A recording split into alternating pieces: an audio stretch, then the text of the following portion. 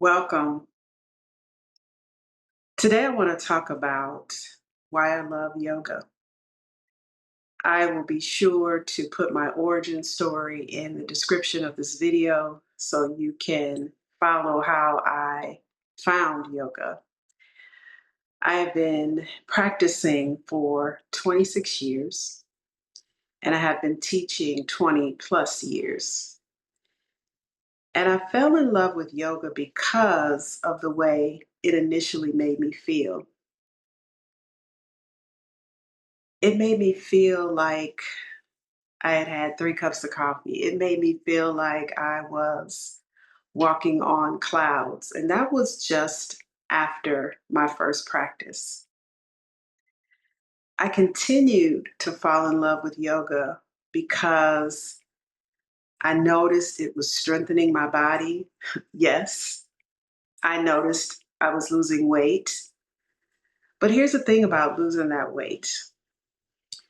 At the time, I was taking classes that were in the evening. And what I learned very early on while practicing was that the better I ate, meaning my food choices, the more healthy I ate, the more energy I had to bring to yoga. And that's because the body uses energy to digest food. And we need that energy to practice. And so my practice started out with a class called Power Yoga, made very popular in the West, close to Ashtanga yoga, I believe. But that term kind of caught on here in the West. And it's very physical. And I fell in love because I felt like I could get everything done in an hour. I could get my cardio in, I could get a little bit of meditation in, which I didn't even know how much I needed at the time. I could get stretching in. I could work on my abdominals. I could work on my hip flexors, all in 1 hour. Strength training, all in an hour. And that was really very important to me when I first started teaching yoga and when I first started rather practicing yoga. I also think it's important as I have grown my teaching practice. But the reason why I think I lost the weight was, yes, because of all of those things that I just mentioned, but also because the classes I was taking at the time were in the evening, like 5 or 6 o'clock in the evening. And I would say to myself, I'm going to eat really well for most of the day. And then after class, I would promise myself that I could eat whatever I wanted. Here's the thing though, after the class, I didn't have the desire to eat whatever I wanted. So it became more natural for me to make a better choice because I really just didn't want the high fat, the fries, all of those things that I used to love about those fast food meals, right? I love yoga because I have seen the transitions in me, in mind, in body, and in spirit. It's not about touching the toes necessarily, right? Yoga is really about what's going on during practice, and it is a practice in between the ears. What are your thoughts? What is your self talk about? Are you berating yourself? Oh, I used to be able to do this. How come I can't do it now? Or I should be doing better. Or are you kind and are you compassionate with yourself? Are you saying, today I had a rough day because your practice actually mirrors your day? I say, on the mat, off the mat, right? If your balance is off during the day and you're not feeling balanced, when you get to a balancing pose in yoga, you're probably going to fall out, right? And maybe you didn't fall out the day before or the week before. So, on the mat, off the mat mirrors itself. I love yoga because I was always active and it allowed me to continue to stay active. I love yoga because when I get in the shower, I can wash my back, right? I can pull my knee up to my chest and wash the bottom of my feet. I can get up and down off the floor. And as we age, that continues to be so important. And I love yoga because I tricked myself, right? I had um, a co student very early on that encouraged me to teach. I was probably 50 plus pounds heavier, and I thought I couldn't teach. And she said, "That's why you should teach. Your poses are perfect." I don't think there's a perfect pose, but I think I needed to hear that in that moment during that time, right?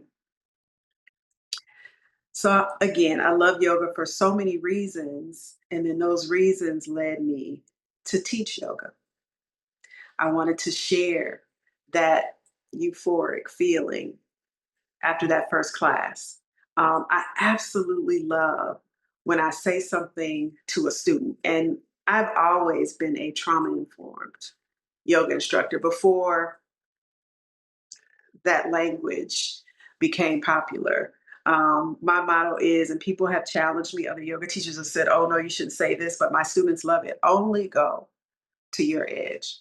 If one is easy and 10 is hard, your edge is right in the middle at 5. I am for inspiration and not intimidation. I often tell my students, I've been doing this for 26 years. And has my practice grown and changed over the years? Absolutely. I've also been a dancer. And so that has extended um, my dancing, right? It helps me with the dancing, and the dancing helps me with the yoga, right? But I've had some knee issues over the years because of dancing. And so yoga allows for that. It's why I have a patented yoga mat, a 3-in-1, the Joy mat. It has a supplemental portion of a mat that is smaller and thicker, and you can put it underneath your knees. It can be a meditation cushion. It supports the sacrum. It supports my ankles when I cross my legs. The only reason why I didn't like sitting in easy pose was because I don't know if I have big bone ankles or what, but my ankles would always hurt just on the thin, sticky mat, which is, of course, what we need.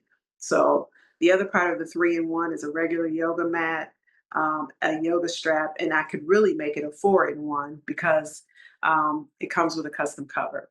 So check out thejoyyoga.com if you want to know more about that.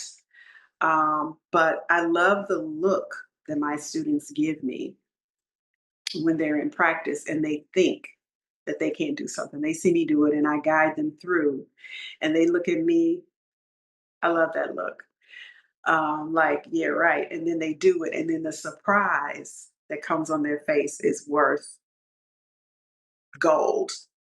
I love it. I love it so much. And it happens a lot. Now that I'm teaching more virtually, my classes will pick up again in September.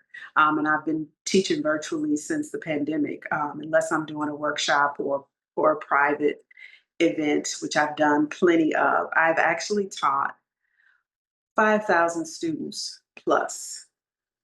Um, and I just love my journey. I think when you send that energy out, when you really want something, you get that energy back. Um, I was a curriculum writer, a senior educator, doing informal education for many years. And I went to a conference, a South by Southwest educational conference. And I had just written um, a curriculum for out of school time. And I don't think I called it yoga because sometimes that term comes with different connotations. So it was about breath and movement and social emotional learning. And I wanted to see if I was on the right track. So I was going to all of the workshops that included anything yoga, or most of it was social emotional learning, SEL. And I came upon this organization that was doing something that I had never seen before. I usually go to these conferences, particularly these educational conferences, and they'll have yoga, but it'll be at like 6 o'clock in the morning. And I love yoga, but I can wake up at 7 and do my own yoga. So I didn't typically go to those, but this particular organization, they were in the exhibit hall. and they were offering yoga all day, anytime the exhibit hall was open. And so I walked upon, this was a good 12, maybe more years ago. Because when I first started teaching yoga, I was like a unicorn. There weren't many Black women when I first started teaching yoga, and I started my practice in a Black Baptist church, also a little unheard of. Um, and I used to have one student. Most of my students were Black, and I had one student. She would come to class, and every time she would say, "Gail, I can't believe you got all these Black people doing yoga." Absolutely, we need to do our yoga. And that's become more and more. But I walked into this exhibit hall. I came upon this booth or this organization, and there was a Black woman standing in front of me. And it was like, ah, the angels were singing, right? Because I hadn't seen many of us. And so she began to really mentored me in that moment. I didn't really realize it, but she was asking me questions about my certification, what certifications I had, how to be grandfathered into certain certifications if I didn't have them. And then she said, "We need to see you on the mat." I then, because they were also offering a class, went and took the class, which was great. It was taught by a couple of people who I had no idea at the time. Um, who they were, but the class was great, and I went on about my day. And I think I wasn't, my conference hotel was not in um, the hotel where most of the workshops were going on. So I think I stayed in that area for a long time, and got back to my hotel at like maybe after 7 o'clock. And I was walking through, and to get to the elevators, you had to pass um, a little eatery or bar area, and the woman who I had met earlier flagged me down. She was sitting with these two other people, and she looked at these two other people and she said, "Gail doesn't know it yet, but she's going to be one of our Chicago teachers." And I, kind of went over my head. And the two people who she said it to were actually the CEO and the CFO of this particular organization. So, needless to say, I actually wound up doing their workshop, and their business is based on teaching educators to be wellness champions and yoga instructors. And so I then began to certify other yoga instructors. And that was just a phenomenal experience. Um, it was trying to think, it was a 3 week intensive. So those students were there, and these were 80 to 100 people. Those students were there 11 hours a day. I think it was, no, I don't think it was around the summer when they would do their big trainings, because again, for educators. And I literally saw the light come in some of my students. Like it's been one of the most transformative things that I have ever done. And they had one business model pre-COVID and then another one right after COVID. So my second stint with them was 2020, early 2020. And so we started in person and then we ended up online. But just very transformative experiences. So grateful for those experiences, so grateful for those students. And so I love teaching yoga. One of the most humbling student experiences has been a woman who lost her son to violence. And she started taking my class, and she was so grateful. And she told me that it was the only thing that helped her sleep at night after the death of her son. And so that was, and continues to be, extremely, extremely humbling. Another one of my students, I think she had only been taking my class for a couple of weeks. And she said, she pulled me to the side after a class and said, "I stopped smoking because of your classes, because of the breath." Powerful, powerful. And then I have another student. Um, I've had different times and different bouts um, with yoga. I knew when I first got certified, and I don't know how I knew this, but I knew I wanted to teach seniors. And so I did that for a while at a big senior center in actually the town that I was born in. So that was really special to me. And I was doing the yoga thing full time, and then I needed to get a full time job, which I did. And so I had to stop doing that.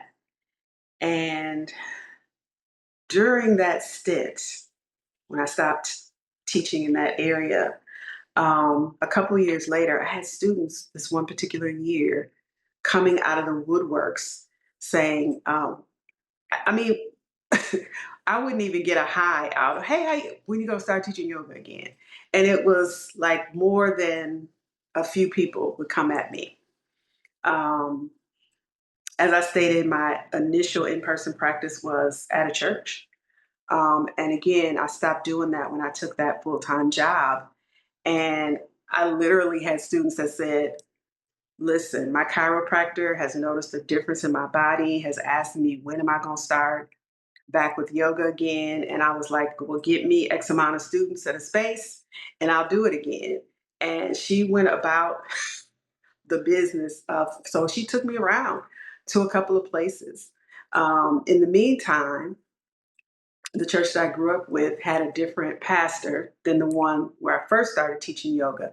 And so, again, I was so amazingly blessed again to be supported by my pastor and said, yeah, sure, go ahead. And yeah, you can teach here. You can teach here. And so, um, if you're willing, opportunities, space, time will find you. And it has been, I think, another key to my longevity and my consistency is that I teach. And so it's kind of like a trick code, right? I teach, so I have to show up. Teacher has to show up. And I mean, I guess it's still me being consistent with the teaching because I could cancel, right? That's just not how I'm personally made. And so that is how I have been able to be and stay so consistent throughout the years. And I give a lot of credit to my longtime students that continue to show up. And my business ebbs and flows, right? Sometimes there are many, sometimes there are few. And it seems like when there are few, then a private opportunity will show up, right? A private teaching opportunity or opportunities will show up, or workshops will show up. Um, I also have taught and given workshops for DEIB um, law firms. I did that for a couple of years, which was great. And then I've always like done the yoga and then had the full-time job. And sometimes, that has found its balance, shall we say. So yoga is about breath. It's about the relationship with your breath and your body. It's about the consistency of your thoughts. And it's really a relationship that brings you back to yourself. When we are in yoga class and we are in maybe a particularly challenging pose, we come out of the mind and go into the body. And so we become more attuned and more self aware with how we're feeling, with the thoughts that we're thinking. We can tune in and make breath an anchor. I always set an intention at the beginning of my classes. And I just want to say this before I forget, if you're still here, still listening to me, please subscribe to my channel, like this video, and share it with others. Um, and I think the power is in when we pause. The power is in when we get on the mat, right? And every time you get on the mat, it's going to be different. Every time you roll out that mat, your practice is going to be a little different. And not because the teacher did something different necessarily, but just because of where you are in your journey, in your day, in that moment. It will be different, but it is so empowering to pause. I start my classes with mindfulness and meditation, allowing you to notice your breath. The very, very cool thing about breath is we don't have to control it. Like, we don't have to go to sleep worrying about, oh, am I going to be able to keep breathing? No. If we're still around the next day, we, had successful breathing all through the night, right? We have successful breathing all through the day. But when we consciously breathe, right? So we can do both. Did you know that just 3 deep conscious breaths can begin to lower your blood pressure? And 10, it's going to definitely. And then doing that over and over, being consistent about it, your breath will deepen, right? Um, and I see in real time what that means. My mother is a very shallow breather and has been. And sometimes getting your loved ones to come to class doesn't always work out, right? She's on oxygen now 24/7. And so she's still a shallow breather. And over time, that affects us, right?